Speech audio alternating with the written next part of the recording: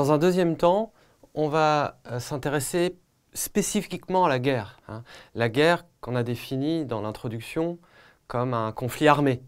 Un conflit armé qui génère un déchaînement de violence, des destructions psychologiques, physiques, une mortalité importante, avec, comme l'explique Clausewitz, souvent une montée aux extrêmes. Cette montée aux extrêmes, elle est typique de la pensée de Clausewitz, qui a d'une certaine manière révolutionné la pensée stratégique. Ce qui est paradoxal, c'est que Clausewitz est un officier prussien qui n'a pas fait une grande carrière. Sa carrière militaire a été un peu décevante, mais il a écrit le plus grand traité de stratégie militaire, qui a vraiment révolutionné l'approche de la guerre au XIXe siècle, donc dans De la guerre vom Kriege. C'est ce qui va nous intéresser ici à travers le modèle clausewitzien de la guerre. Quelles sont les caractéristiques de ce modèle et en quoi change-t-il complètement l'approche stratégique militaire? Dans un premier temps, il faut se replacer dans le contexte d'un nouvel âge des guerres. Clausewitz est né en 1780, il est mort en 1831. Il vit un grand bouleversement dans l'art de la guerre. On est dans le contexte des guerres de la Révolution française et des guerres napoléoniennes. À cet égard, Napoléon Bonaparte, en tant que grand général, a beaucoup influencé Clausewitz, qui le décrit comme une sorte de dieu de la guerre, qui transforme complètement la stratégie. Ces nouvelles guerres sont, d'une certaine manière, la préfiguration des guerres totales qu'on va connaître au XXe siècle. Et c'est ce que décrit Clausewitz, notamment en s'appuyant sur la bataille de Valmy, en pleine guerre révolutionnaire. La bataille de Valmy en septembre 1792, c'est une guerre qui n'a plus de ressorts véritablement politiques comme avant, mais des ressorts idéologiques. C'est une guerre véritablement d'anéantissement, d'annihilation.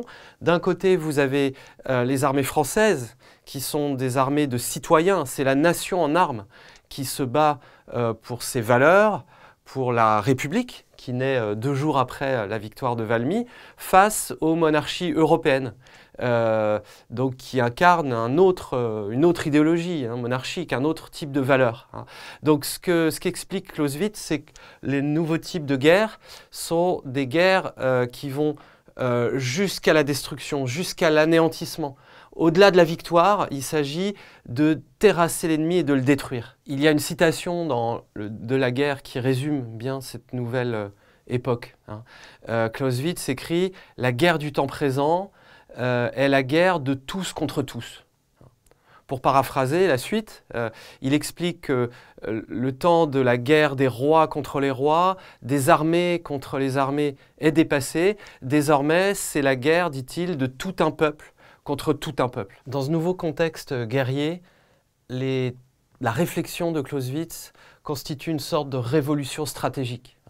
Je vais m'appuyer sur les travaux du jeune chercheur Jean-Vincent Olindre, qui, dans La ruse et la force, en 2017, que vous pouvez lire si les questions de stratégie vous intéressent, présente véritablement la pensée de Clausewitz comme une révolution de la force. Il faut bien voir que chez Clausewitz, c'est désormais la stratégie qui l'emporte sur la tactique. La stratégie, ça représente d'une certaine manière la grande guerre, c'est-à-dire la pensée de la guerre d'une manière générale. Comment est-ce qu'on va déplacer les armées les unes face aux autres, à une échelle macro-spatiale. La tactique, c'est plutôt la manière de combattre sur le champ de bataille, proprement dit, lorsque les différentes unités, divisions s'affrontent. Pour lui, l'important, c'est la stratégie d'ensemble, la technique ne devant être qu'une adaptation de cette stratégie. Donc il oppose la grande guerre et la petite guerre. Dans la grande guerre, ce qui est déterminant, c'est l'emploi de la force, au détriment de la ruse. Jusqu'à présent, la tactique dominait et la capacité à tromper l'ennemi, à ruser, à le surprendre sur le champ de bataille. Maintenant, c'est une vision plus globale qui va consister à concentrer les forces en des points localisés et détruire l'ennemi par cet effet de supériorité numérique qui est également une supériorité morale. Il faut bien voir que pour Clausewitz, la guerre est un duel des volontés. Et il ne s'agit pas simplement d'être plus nombreux et d'attaquer en masse, mais il s'agit aussi d'être plus déterminé, plus volontaire, d'avoir une force morale. Et celle-ci, sous sa plume, est plus importante quand les combattants, les soldats citoyens sont portés par une idéologie, par des valeurs propres, que pour la défense d'un roi, par exemple. Donc vous comprenez, Clausewitz inverse les priorités. Désormais, la stratégie d'ensemble, qui est une stratégie de la force, l'emporte sur la tactique, la petite tactique, qui est l'application de la ruse. Il y a vraiment une sorte de révolution copernicienne dans la pensée militaire. Ainsi, l'art de la guerre se trouve complètement transformé. Lorsque une armée entre dans le conflit armé, il y a 3 grandes spécificités qui vont lui permettre finalement de remporter la guerre. Première spécificité, déterminer s'il s'agit d'une guerre absolue qui va amener à la destruction totale ou d'une guerre limitée. Voici une typologie clausewitzienne, typiquement clausewitzienne. Deuxième élément, fixer les objectifs politiques, parce que Clausewitz rappelle bien que la guerre est la continuation de la politique, pas d'autres moyens, comme on l'a expliqué en introduction, et qu'il s'agit de remplir des objectifs politiques, amener l'ennemi qui est battu, qui est terrassé, à agir comme on l'entend.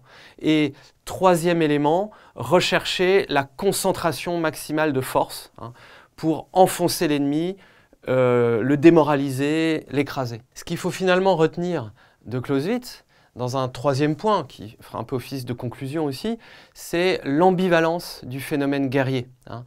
Cette ambivalence, elle tient d'une nouvelle articulation du militaire au politique, du politique au militaire. D'un côté, la guerre est un fait militaire qui est marqué à partir du 19e siècle.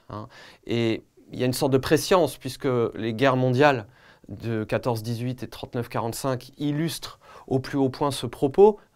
D'un côté, le phénomène guerrier se déchaîne, c'est un duel à grande échelle, un duel à mort, avec une violence, une mortalité de masse, ce que Clausewitz, on l'a expliqué, appelle la montée aux extrêmes, pour obtenir la décision, pour l'emporter, obtenir la décision. Et donc, d'un autre côté, c'est aussi une manière de faire de la politique et de crever l'abcès, de solder les comptes qu'on n'a pas pu faire sur le plan diplomatique et politique, mais qui doit ramener ensuite à la paix. Donc, vous avez des moyens militaires qui justifient une fin qui est politique. Voilà. Ce qui signifie finalement que le fait militaire est une dimension de la politique. Et pour relier à notre programme, dans la géopolitique, la composante militaire est absolument déterminante au cours du 19e et du 20e siècle. On va voir qu'au fur et à mesure, depuis la guerre froide et surtout la fin de la guerre froide, les relations géopolitiques ne peuvent plus être limitées à une sorte d'État gladiateur qui combattent dans une arène, avec une définition clausewitzienne des choses, la puissance comme capacité de détruire, de terrasser l'ennemi, mais la notion de puissance évolue vers des aspects non militaires, notamment en s'appuyant sur l'influence, sur le soft power, mais ça c'est une toute autre histoire.